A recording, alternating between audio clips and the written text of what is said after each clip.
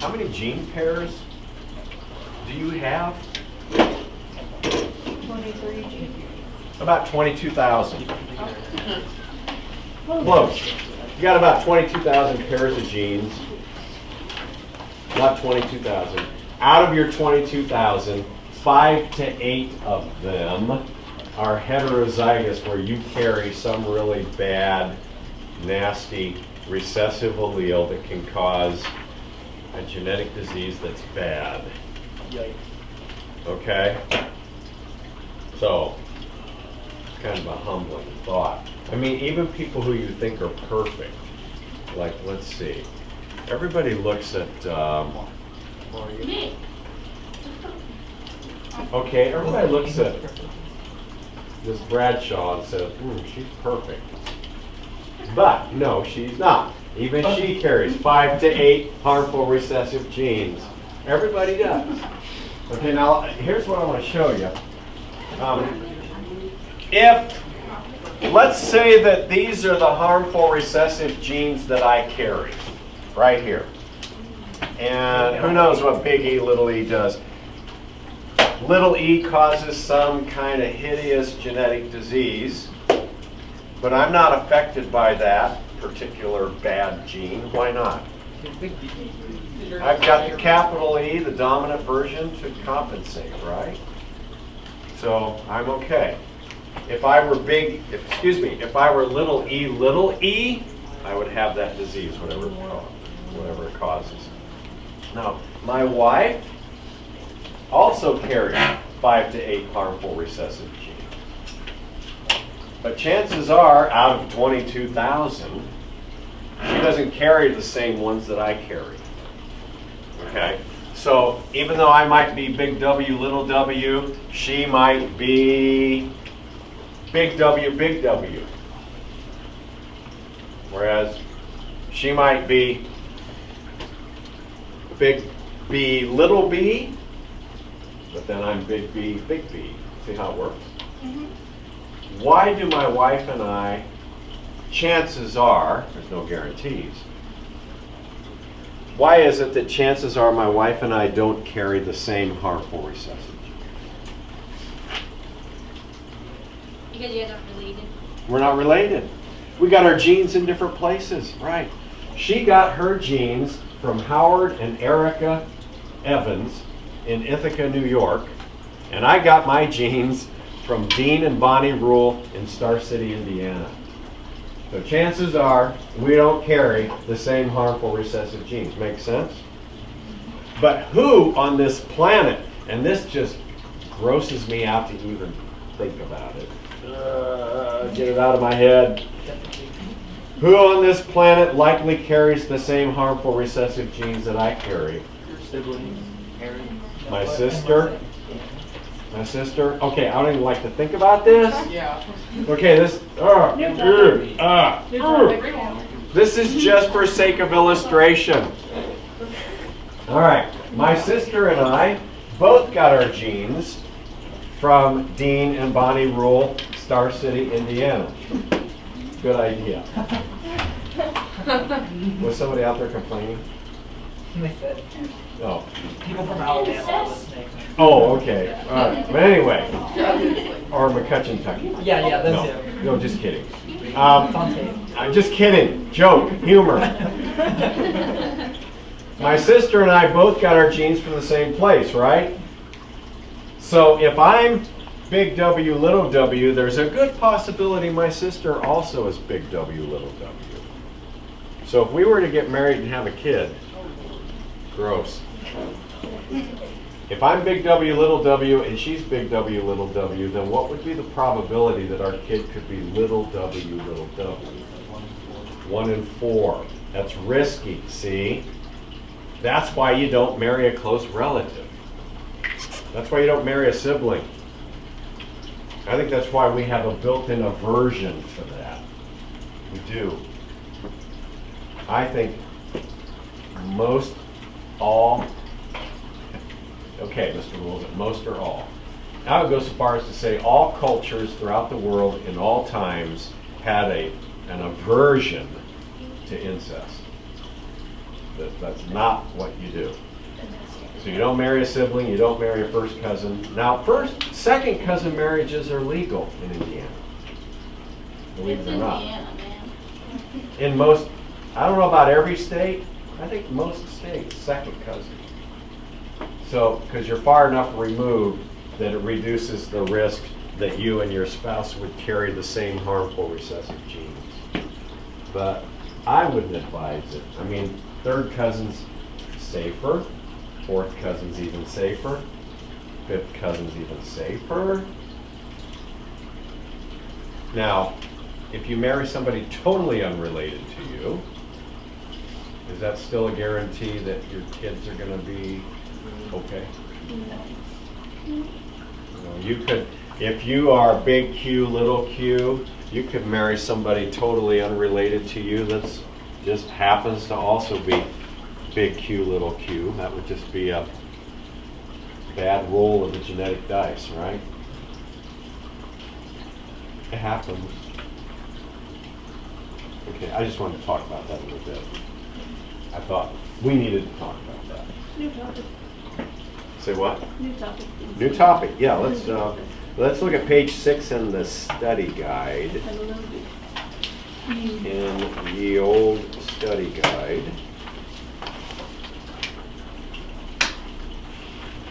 Oh. Page 6, because this is the lecture that a former genetics student, I think he's a sophomore now at Purdue, said this lecture alone right here helped him a great deal. So I don't know, you just never know. So here's the question: how does a bad gene cause a birth defect? A single gene birth defect, like Tay-Sachs disease or sickle cell anemia or cystic fibrosis. How does it work? Well, contrary to what most people think, bad genes don't cause genetic conditions or birth defects.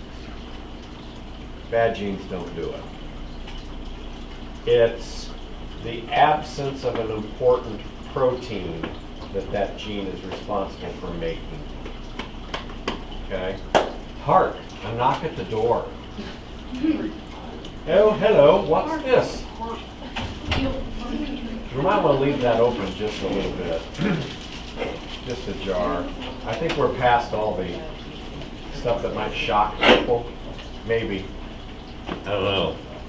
So, we need to think about an illustration when we're talking about genes and proteins.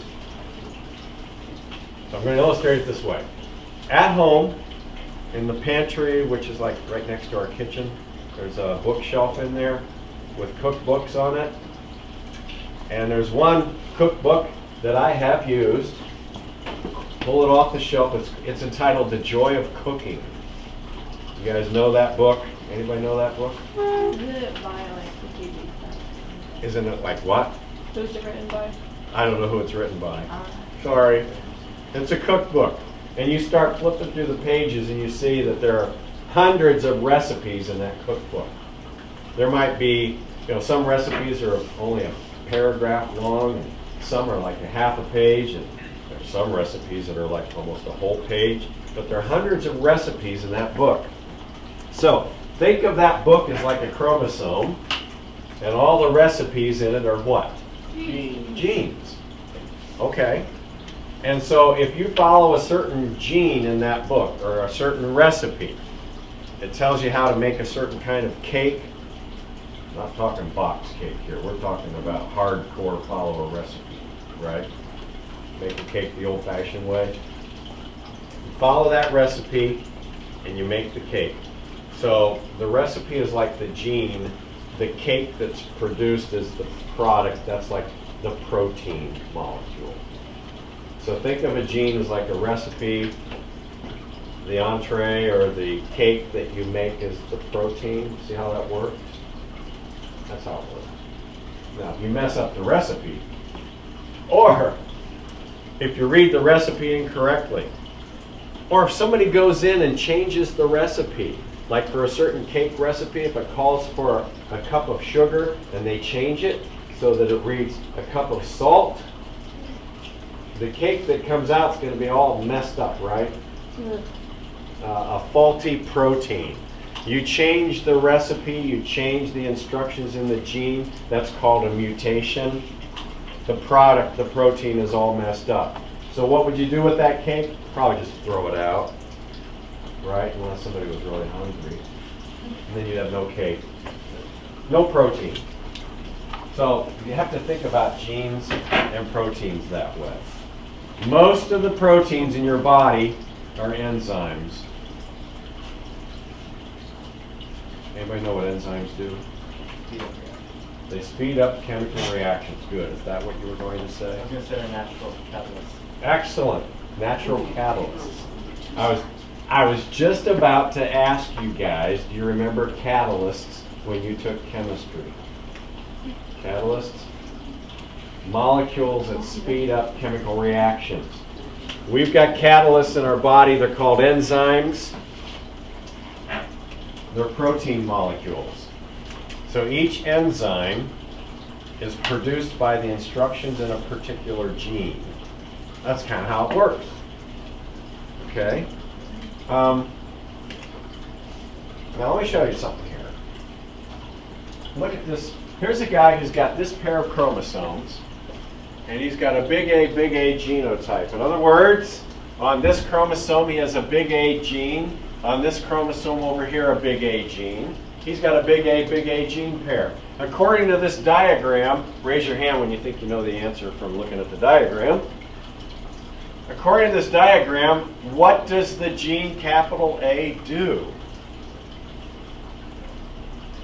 Raise your hand when you think you see the answer.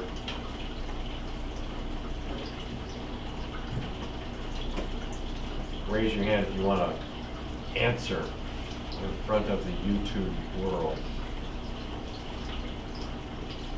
Ashley. It produces enzyme It produces what? A. Enzyme A. Excellent. It produces enzyme A. Or that gene contains the recipe for how to make that cake, right? Enzyme A. Actually, I take it back. You're not going to be on YouTube for the whole world because I make these videos that I put on Canvas unlisted, you know, so the world can't see them. So the world can't look at them and make comments and say, this guy really sucks, or this lecture. We don't want that. Okay, so anyway, this person here who's big A, has how much enzyme A in his body? How much? A double dose. You could just say a double dose. See that? 1 or 2. Double dose of enzyme A. Now, nature has given us 2 of lots of different kinds of important structures. Like you have 2 eyes, you can get by with 1. You have 2 hands, you could get by with 1. You have 2 nostrils, you could get by with 1. You know, like if you got something stuck up in your nostril. Right. You have 2 ears, you could get by with 1.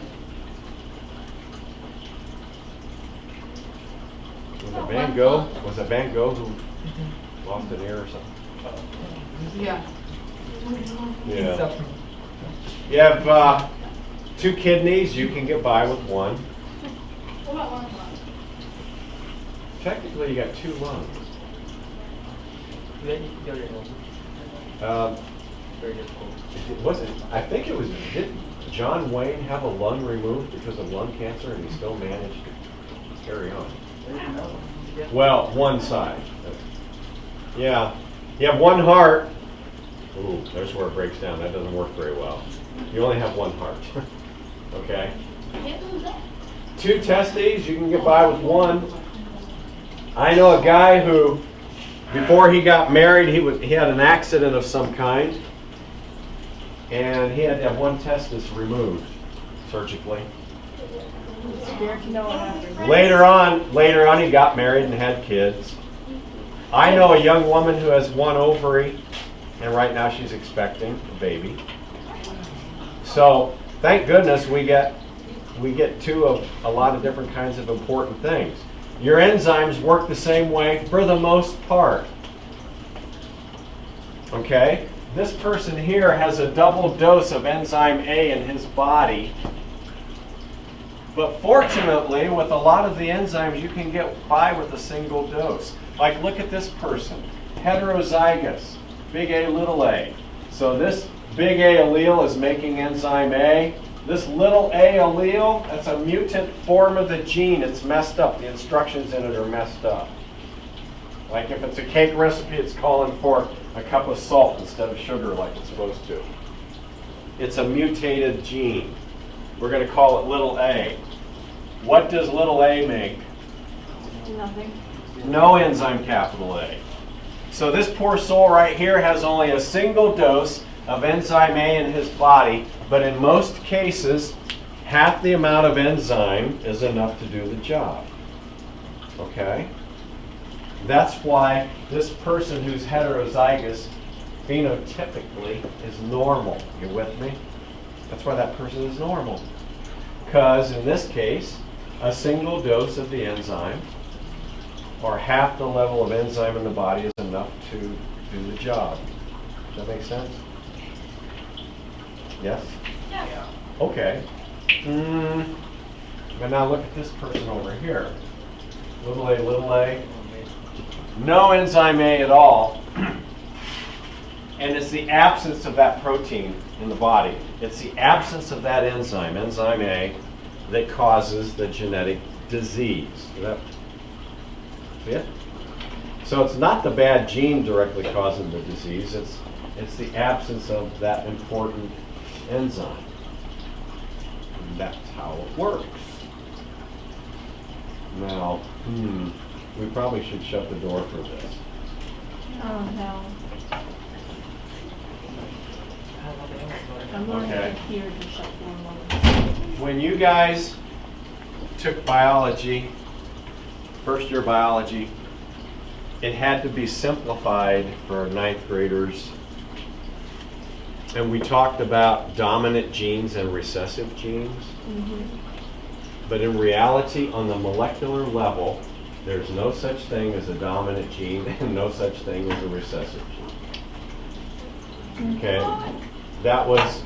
It was oversimplified for you in the ninth grade so that those Punnett squares and stuff would make sense.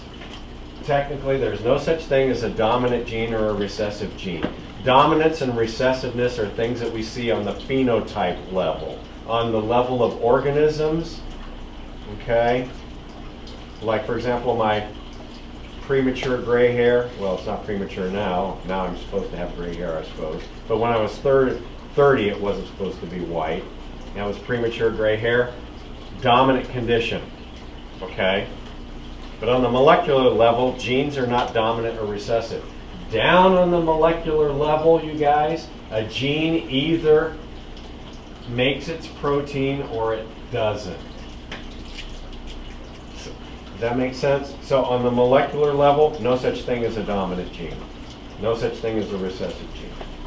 On the molecular level, a gene either makes its protein or it doesn't. So, looking at this, can you envision how would a dominant condition work? Okay. The big A doesn't need the little a protein, which in that case would be the right. Okay. Think about this. Actually, I was gonna say like the dominant, it makes too much. no, it's a good guess. On recessive conditions, getting by with half is enough, but on dominant conditions, half isn't enough. Excellent. You nailed it.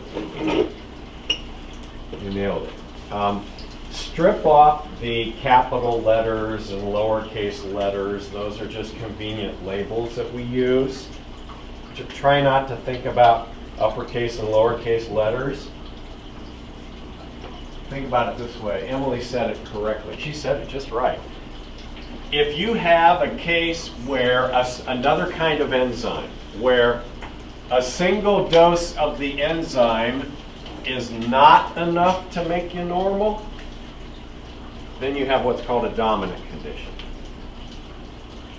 Okay? If you have another gene pair making another enzyme, and you have a situation where you got one one good allele and one mutated one. If one dose of the enzyme is not enough to make you normal, then you're going to have a dominant condition. Okay? All right. Now, someday you guys are going to take a biochemistry class. I'll bet you many of you will. Eli, what's your career goal ultimately? Position. Physician? Oh, you'll take at least probably more than one biochemistry course. What's your career goal? Psychology. Psychology? Oh, you'll probably take a biochemistry My course. mom works there. Huh? My mom works in the biochemistry department. Oh, I thought you said psychology. No, I said psychology. My mom works in biochemistry. Oh, your mom works in the biochemistry Yeah. department. Oh, she knows all about this stuff. Yeah. And maybe you do too. Well, when you take, you'll be taking one at No, least. it won't. What's your career goal? International relations. Oh, well Will I have then, to take it? you never know. You never know. If you take a biochemistry course someday, let me show you what you learn about in a biochemistry course. I'll show you. You learn about all these chemical reactions that happen in the body, and they look kind of like this. Well, that's what you learn about. That's what you learn about in a biochemistry course. This is called a biochemical pathway. Series of step-by-step chemical reactions that happen in your cells, in your body. Okay? Now, this is a simplified one. But let me just animate it. Okay? I'm going to animate it. Here's how you read this. Some substance, some molecule called A comes into the body. Maybe it's in the food you eat. Okay, watch. You take in substance A. It's in the food you eat. I'm trying to animate this guy. You take in substance A. It gets converted. There's a chemical reaction. It gets converted to B. And then B gets converted to C. And maybe you're getting energy out of those molecules, or you're getting something else out of those molecules. And then C gets converted into D. And then when D accumulates to a significant amount, you raise your hand in class and say, "Teacher, may I go to the restroom so I can get rid of substance D?" Okay? That's kind of how that works. That's a biochemical pathway. Now, the important thing is, look carefully here. How does A get turned into B? By enzyme X. By enzyme X. I'm just using generic symbols here. Some enzyme, we'll call it X, converts A into B. Now, A might convert into B over a long period of time, but it's too slow in the body to be practical. Too slow. So you have to have a catalyst. Right? That catalyst is enzyme X. So A gets turned into B by enzyme X. How does B get turned into C? Enzyme Y. How does C get turned into D? Enzyme Z. Enzyme D. Make sense? Wait, what? Z. Z. Z. Yeah. Sort of makes sense. Now this is a real simplified way of looking at a biochemical pathway. So let me show you what the biochemical pathways in your cells really look like. That's just a simplified generic example. I have a poster here, shows all the metabolic pathways. Now metabolism means all the chemical reactions that happen in your cells. That's what metabolism is. So we call that a biochemical pathway or a metabolic pathway. And this is some of the metabolic pathways that happen in your cells. Some of them. See? You see that? For the camera.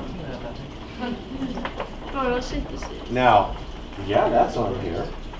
But if you wanted to build a living cell from scratch, this would be like, part of the blueprints. Every place you see an arrow, that's some substance A being turned into B, or some substance C being turned into D. Every place you see an arrow, okay? This is some of the reactions that happen inside of a living cell. I'm sure in the biochemistry department at Purdue they got these kind of posters all over the place. Nobody has this thing totally memorized. Now you might, if you're in a research lab at Purdue in the biochemistry department, or you're taking a pre-med course or something, the biochemistry course as a pre-med major, you might learn about a small part of it in that course. So obviously I'm not going to make you guys memorize it. Cruel, you want to? Cruel and inhumane. But here's what you often don't learn about in the biochemistry course, but you learn about this in the genetics course. Okay, let's do this. Okay, now let's add genetics information on top of this. Where does enzyme X in your body come from?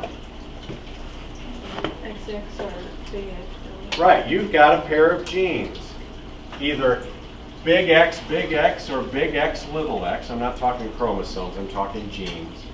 You've got a pair of genes, either autosomal dominant or autosomal or heterozygous right there. Big X, or big X, little x. You've got a pair of genes that makes enzyme X, and that's what turns A into B. Where does enzyme Y come from? Y, little y. Big Y, or big Y, little y. If you're big Y, little y, you're okay. In most cases, a single dose of the enzyme is enough to do this. Okay, so back to this poster. There we go. Back to this poster.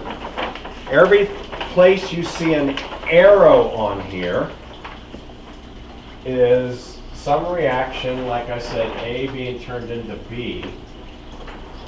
And there's a particular enzyme causing each separate arrow to happen. So each arrow on here is controlled by a different enzyme. Do any reactions loop or create something which goes through right there? Yeah, for sure. There's one in the middle here. Yeah, there's a big one called the Krebs cycle where you've got kind of a looping thing going on. And in reality, it's not quite a straight line like that. It's more, you get branchings and detours going every which way. Like there might be more than one way to make substance C in the body. Okay? It's much more complex. So they're like backup pathways in case there's a detour or something. But yeah, so down here, you see all these really fine print words here on the side. Those are the enzymes that control all these arrows, all these chemical reactions. And on the other side, all the other enzymes as well. And I thought I would just read, sorry to invade your space. You want to hold that for a second? I'm going to read the names of some of these enzymes. They're quite impressive. But I have to put my glasses on for this. I thought you were totally magnifying glass. Yeah, gosh. All right. So for example, there's an enzyme here. What would be a good one? There's an enzyme called butyryl-CoA dehydrogenase. Here's another one called, I've got to use phonics, glucosamine phosphate acetyltransferase. That's the name of an enzyme. If we look on the other side, oh, here's a fun one. All right, let's pick it apart. Glycerophosphatidylcholine diesterase. Yeah. These are names of enzymes. You know that one? Oh yeah, totally, man. Yeah. Mannose 1-phosphate guanyltransferase. Guano. Yeah. What's that? Yeah. Oh, that's a process there. Photosynthesis. Yeah. Yeah. The green stuff doesn't happen in animal cells. That's part of photosynthesis. Succinate dehydrogenase. That's a fun one. Aspartate semialdehyde dehydrogenase. Alcohol dehydrogenase. You get the idea. There's a lot of different enzymes. Each enzyme is a protein molecule produced by the instructions in a particular gene. See how it works? It almost sounds like a casting spells. Like, yes. Alcohol dehydrogenase. Yeah, I like the sound of that. Okay, we're almost done with this, you guys. We're almost done. But what I want you to do, take a look at page 7. Page 7. Now, here's a biochemical pathway in somebody. And look at that gene pair right there. Little y, little y. What's wrong with that person? No enzyme capital Y. So there's no enzyme capital Y in this person's body because this person has a little y, autosomal recessive, homozygous recessive gene pair. Can't make enzyme Y. It's the absence of that enzyme that causes the disease. Because look what would happen here. Guys, let's answer this question.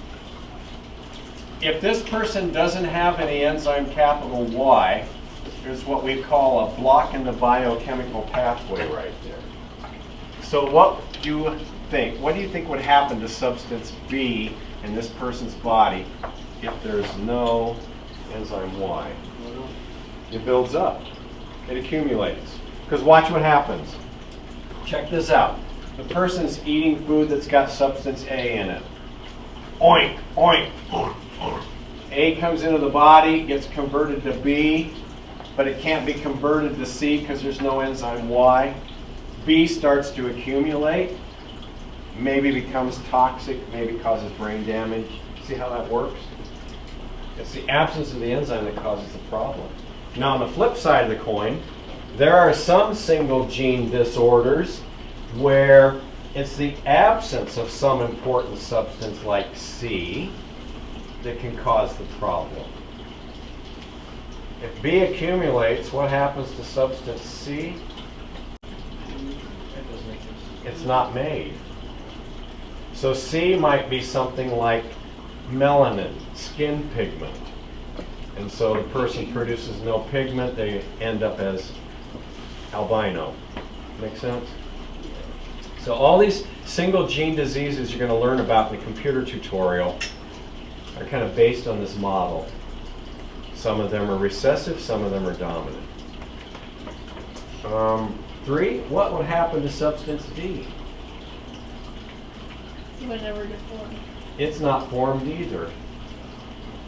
But because in real life, those biochemical pathways branch all over the place and there can be detours, it might be possible for C or D to be made in some other alternate biochemical pathway. So maybe the person would just have less substance C or less substance D than normal. Less than what they're supposed to have. Okay. That's how it works. Now, not all proteins made by genes are enzymes. Some are hormones. Like insulin. And if you can't make insulin properly, you have what? Diabetes. Some proteins are structural proteins. Like they form little protein molecules that work like little doorways in the cell membrane. In cystic fibrosis, that's the kind of protein that's abnormal. The little doorway-like proteins in the cell membrane that are supposed to let ions in and out through the cell. So this is a good model, I think, to think of when we're trying to understand how does a single gene cause a disorder. Okay, I want to show you a video clip here of a guy who was born with a rare recessive condition, and I think you'll be amazed at what he's able to do. When I saw it, I thought, that's incredible that guy can do what he does. And I don't think you've seen this before. I think you'll find it interesting. And I think there's a good life lesson in it as well. So let's check this out. He kind of put things in perspective. I like what he said. Like some people worry about their spare tire, some people worry about their freckles or their big nose. Gosh, you have to keep things in perspective, right? What does he mean by spare tire? You don't know what a spare tire is? Well, I know. I don't have one. It's a fat right around here. Oh, Like you can grab it and shake it. okay. Oh no, I thought you meant like a spare tire on the back of the car. It's No, like, why would you be that's, ashamed that's of what that? people call this around here. You don't have to worry about it because you're young and trim. People my age sometimes can get a spare tire if you're not careful. I know you said his writing is better than mine. I have hands. His writing's awesome. Yeah, I loved it. Can you see the irony in my handwriting? He said. He has better handwriting than me. Yeah, me too. Me too. Let me show you. When you go to the computer tutorials, like I said, you're going to learn about a lot of different single gene conditions. Some are autosomal recessive, some are autosomal dominant. Here's a sneak preview of one of the single gene conditions you're going to learn about. It's called achondroplasia. It's a type of dwarfism. Anybody recognize him? Pretty famous. Who recognizes? Is it a recent picture? Not real recent. Well, yeah, kind of. His name is, was Josh Ryan Evans. But sadly, he died in 2002. So he lived from 1982 to 2002. He achieved a height of 3 feet 2 inches. He had achondroplasia. It's an autosomal dominant condition. You'll learn about it. If you think you've seen him before, I'll bet you have. Yeah? No. Yeah, that's him. He was an actor.